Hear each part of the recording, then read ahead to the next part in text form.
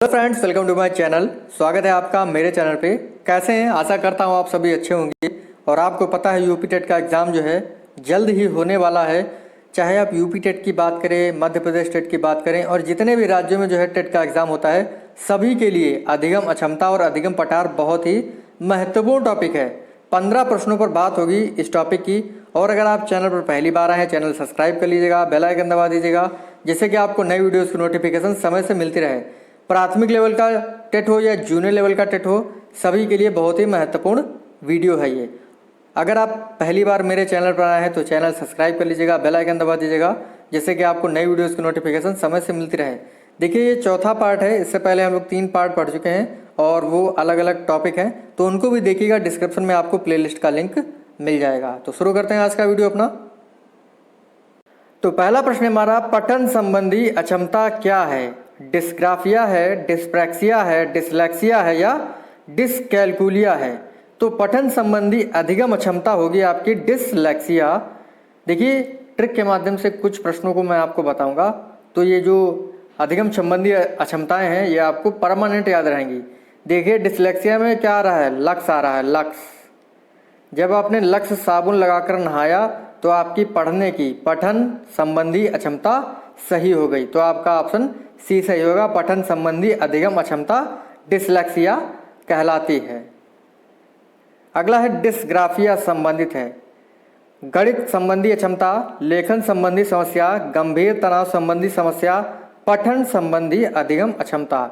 Dysgraphia, graph आ रहा है। आपने देखा होगा जब आप हाई स्कूल 9th या 10th में होंगे तो आपने ग्राफ देखा होगा, इंटर में देखा होगा, ग्रेजुएशन में देखा होगा। तो आप ग्राफ पर क्या करते हैं? लिखते हैं।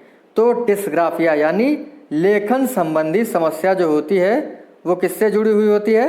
डिस्ग्राफिया से। ग्राफ आ रहा है ना, तो आपका बी ऑप्शन राइट होगा। और पठन संबंधी अयोग्यता आपकी है डिसलेक्सिया। अगला बहुत ही इंपॉर्टेंट और वेरी वेरी इंपॉर्टेंट है। अभी के जो पहला और दूसरा प्रश्न था वो भी इंपॉर्टेंट था, और तीसरा जो है ये भी एग्जाम में काफ़ी बार पूछा गया है। प्रश्न है, गणना संबंधी अधिगम अक्षमता, गणितीय अयोग्यता क्या होती है? Dysgraphia, dyspraxia, dyslexia, dyscalculia. Dyscalculia जो है गणितीय अधिगम अक्षमता होती है, यानी जोड़ घटाना करने में गलतियां करना। तो गणितीय अयोग्यता जो होती है वो डिसकैलकुलिया कहलाती है। कैलकुलेटर से हम क्या करते हैं? गणना करते हैं। कैलकुलेटर तो वही आ रहा है। जैसे ही जिसमें कैलकू आता है मतलब कैलकुलेटर, कैलकुलेटर मतलब गणना। तो गणना संबंधी अधिगम अक्षमता डिसकैलकुलिया। अगला देखते हैं प्रश्न, गंभीर तनाव की अवस्था क्या होगी? डिस्प्रैक्सिया होगी? नहीं। प्रोजेरिया होगी? नहीं। डिस्थीमिया होगी? बिल्कुल सही जवाब। गंभीर तनाव की अवस्था होती है डिस्थीमिया। डिस्ग्राफिया तो होती है लेखन संबंधी योग्यता, ठीक है। गंभीर तनाव की अवस्था होती है डिस्थीमिया। अगला प्रश्न है, अपने आप को दूसरों से सुंदर समझने, लंबा ताकतवर समझने की समस्या क्या होती है? बुलिमिया होती है, प्रोजेरिया होती है, डिमेंशिया होती है, डिस्मॉर्फिया होती है। तो मोर, जिस भी वर्ड में मोर आए, यानी मोर मतलब क्या होता है? अधिक समझना। तो अपने आप को दूसरों से अधिक सुंदर, लंबा और ताकतवर समझना डिस्मॉर्फिया कहलाता है। डी ऑप्शन राइट है आपका। अगला प्रश्न है, भोजन ग्रहण संबंधी प्रवृत्ति की समस्या, यानी कोई भी बच्चा या कोई भी व्यक्ति ऐसा होता है जिसको पता नहीं चलता है कि हमें कितना भोजन खाना है, दिन भर भोजन खाता ही रहता है और ज़्यादा भोजन खाने की वजह से वो बीमार पड़ जाता है। तो ये अवस्था क्या होती है? Bulimia, progeria, dementia, dysmorphia. तो ये होगी बुलिमिया। बुलिमिया में बुल आता है। आपने देखा होगा जो बुल यानी सांड होता है वो बहुत ज़्यादा खाना खाता है, भोजन खाता है। तो जैसे ही बुलिमिया आ जाए समझ जाइए कि बुल, सांड की तरीके से भोजन करना। पहला ऑप्शन आपका राइट होगा इसमें। अगला प्रश्न है, प्रोजेरिया, पढ़ने की क्षमता, तर्क ना कर पाने की अक्षमता, भाषा संप्रेषण में कठिनाई संबंधी समस्या, कम आयु में वृद्ध दिखना। प्रोजेरिया ये होगा कम आयु में वृद्ध दिखना। डी ऑप्शन आपका सही होगा, प्रोजेरिया। समझ गए होंगे आप लोग इसको भी। अगला है तर्क ना कर पाना, स्मरण शक्ति कमजोर हो जाना। क्या होता है? बुलिमिया होता है? नहीं, ये तो भोजन ग्रहण संबंधी समस्या है। डिस्प्रैक्सिया, ये भी नहीं होगा। डिमेंशिया है या डिस्ग्राफिया है? डिस्ग्राफिया तो आपका लेखन से है, तो आपका डिमेंशिया होगा। सी ऑप्शन सही होगा।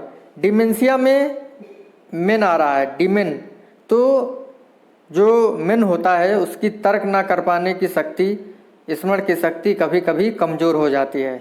इस तरीके से इसको याद रखिएगा। अगला प्रश्न है मौखिक रूप से सीखने की क्षमता क्या कहलाती है? Aphasia, progeria, dyspraxia, dyscalculia. तो ये हो नहीं सकता क्योंकि ये गणना संबंधी से जुड़ा हुआ है। प्रोजेरिया कम आयु में वृद्ध दिखना, डिस्प्रैक्सिया हो नहीं सकता, अफेजिया होगा। मौखिक रूप से सीखने की क्षमता जो होती है अफेजिया होती है। और ऐसी अफेजिया जो शारीरिक रोग की वजह से उत्पन्न होती है वो कहलाती है आपकी डिस्फेजिया। ठीक है, इस चीज को आप लोग ध्यान रखिएगा। अगला प्रश्न देखते हैं। लिखा है गतिक कौशल में अक्षमता। देखिए गतिक कौशल क्या होते हैं? 4 प्रकार के आपके गतिक कौशल होते हैं। सु, बो, पली। आप सोच रहे हैं मैंने यह क्या लिख दिया? सु मतलब सुनना, बो मतलब बोलना, पा मतलब पढ़ना और ली मतलब लिखना। जब इन चारों में अक्षमता हो तो वो क्या होगा? अफेजिया होगा, प्रोजेरिया होगा, डिस्प्रैक्सिया होगा, डिस्कैल्कुलिया होगा। तो देखिए मौखिक वाला, मौखिक अक्षमता जो है अफेजिया, प्रोजेरिया कम आयु में वृद्ध दिखना, डिस्प्रैक्सिया यही होगा क्योंकि डिस्कैल्कुलिया जो है गणित से जुड़ा हुआ है। तो गतिक कौशल में अक्षमता जो होती है वो डिस्प्रैक्सिया कहलाती है। अगला प्रश्न है, लिखा है जब हम किसी नई बात को सीखते हैं तब हम सीखने में लगातार उन्नत नहीं करते हैं। सीखने की गति कभी धीमी और कभी तेज होती है, लेकिन जब सीखने में बिल्कुल उन्नत रुक जाती है तो ऐसी स्थिति क्या कहलाती है? अधिगम अंतरण, अधिगम पठार, शून्य अंतरण या इनमें से कोई नहीं। देखिए जब हम कोई चीज़ सीखने जाते हैं तो कभी हमारी गति जो धीमी तेज होती है फिर धीमी हो जाती है, लेकिन कभी कभी ऐसी स्थिति आती है जब हमारा जो लर्निंग की गति है वो बिल्कुल एकदम रुक जाती है। तो ऐसी स्थिति आपकी होती है अधिगम पठार की। ये आप देख रहे होंगे जो सीधी लाइन है, क्षैतिज लाइन है, ये अधिगम पठार की लाइन कहलाती है।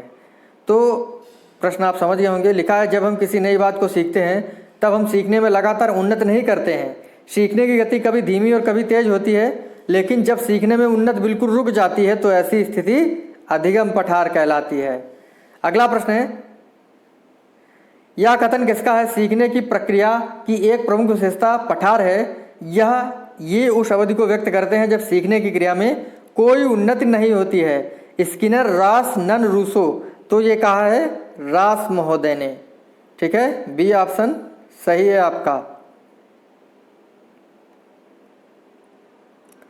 अगला है, यह किसने कहा है?